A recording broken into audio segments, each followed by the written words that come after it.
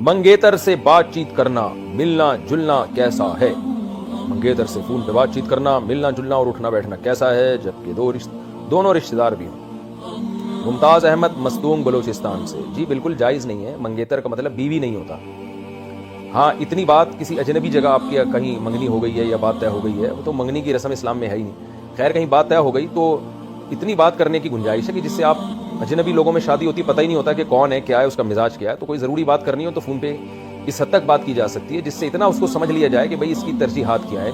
मिसाल के तौर पर एक आदमी चाहता है मेरी बीवी दीनदार हो, बापर्दा हो, नमाजी हो, तो उससे इतनी बात बराह रास्त पूछ ली जाए कि भाई ये दीनदार है, नमाजी है भी या नहीं है। या बाज़ लोग को और कोई तरजीहात होती है उनकी, वो चाहते हैं घर में खिदमत गुजार हो, कामकाज हो, तो मर्द ये चाहता है कि मैं डायरेक्ट इससे बात करके पूछूं कि मेरी माँ की खिदमत भी करेगी कि नहीं करेगी।